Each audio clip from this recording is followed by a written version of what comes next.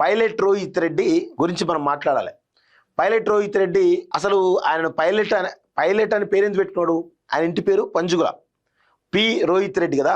P అనగానే pilot అని పెట్టి మళ్ళీ పైలట్ అని చెప్పేసి డిఫరెంట్. అప్పుడు యూత్లో ఉన్నప్పుడు ఎవరు రికగ్నైజ్ అని చెప్పేసి పి అంటే పైలట్ అని కోణంలో పెట్టుకున్నాడు. ఎందుకు అంటే ఈయన పైలట్ కేవలం ట్రైనింగ్ మాత్రమే తీసుకున్నాడు. ఇప్పుడు మనం డ్రైవింగ్ లైసెన్స్ కోసం అప్లై చేసినప్పుడు ఎట్లయితే ఒక కారు డ్రైవింగ్ నేర్చుకుంటామో అదే విధంగా పైలట్ లైసెన్స్ కోసం పైలట్ ట్రైనింగ్ చేసిన తప్ప ఆయనకు పైలట్ లైసెన్స్ లేదు, పైలట్ ఎక్కడ కూడా నడపలేదు.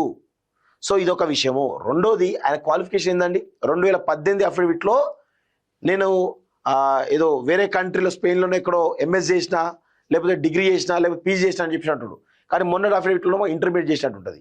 అంటే ఇక్కడ క్వాలిఫికేషన్ పెరగాల తగ్గుతుంది కదా. అఫిడవిట్ జనరల్గా క్వాలిఫికేషన్ పెరుగుతుంది కానీ క్వాలిఫికేషన్ తగ్గింది.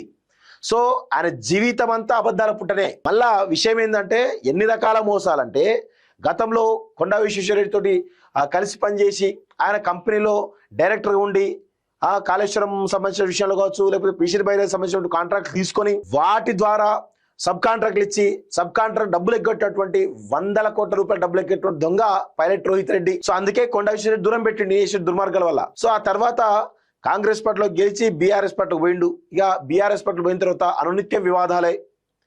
ఏది కూడా కనీసం ఆయన మొయినాబాద్ ఫామ్ హౌస్ సంబంధించినటువంటి ఎమ్మెల్యే కొనుగోలు కేసు నుంచి మొదలు పెట్టుకుంటే, అంతకు ముందు కూడా డ్రగ్స్ సంబంధించిన కేసు మొదలు పెట్టుకుంటే, మొన్న మున్సిపల్ ఎన్నికల సమయంలో కూడా డ్రగ్స్ తీసుకున్న ఆరోపణల నేపథ్యంలో ఫోన్ స్విచ్ పెట్టిండు.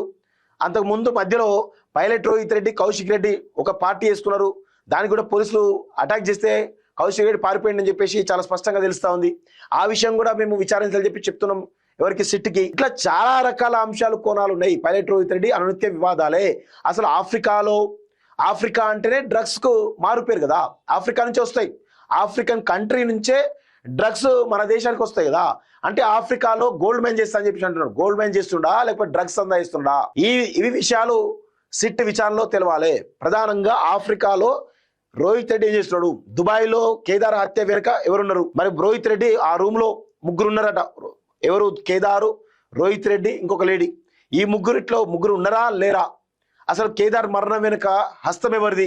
ఇవన్నీ కూడా సిట్ విచారణలో ఇవన్నీ కూడా తేలాల్సిన అవసరం అయితే ఉంది. చాలా స్పష్టంగా ఆఫ్రికాలో గోల్డ్ మైన్స్ కాదా, గోల్డ్ మైన్స్ బిజినెస్ చేస్తారా లేకపోతే ఇంకా డ్రగ్స్ బిజినెస్ కూడా చేసి అక్కడ నుంచి డీల్ మాట్లాడుకొని ఇండియాకి వస్తారా? ఇదంతా కూడా కొంత కుట్రకోణం అయితే ఉంది. దీనిపైన సిట్ ఖచ్చితంగా విచారణ జరపాల్సినటువంటి అవసరం ఉందనేది చాలా స్పష్టంగా తెలుస్తోంది. సో మరొకసారి నేను చెప్తా ఉన్నా మిత్రులారా, సో సిట్ విచారణలో దీనికి సంబంధించినటువంటి కొన్ని విషయాలు మనం మాట్లాడుకోవాలి. ఒకటి, మొయినాబాద్ ఎమ్మెల్యేల కేసులో ఏం జరిగింది దాని గురించి కూడా కొంత సిట్టు కొన్ని విషయాలు తెలుసుకోవాల్సిన అవసరం అయితే ఉంది.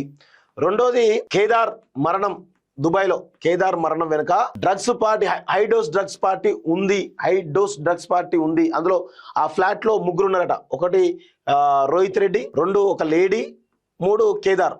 సో ఈ వెనకాల ఉన్నటువంటి కుట్రకోణం ఏంది? ఇది కూడా సిట్ విచారణలో తెలియాల్సిన అవసరం అయితే ఉంది.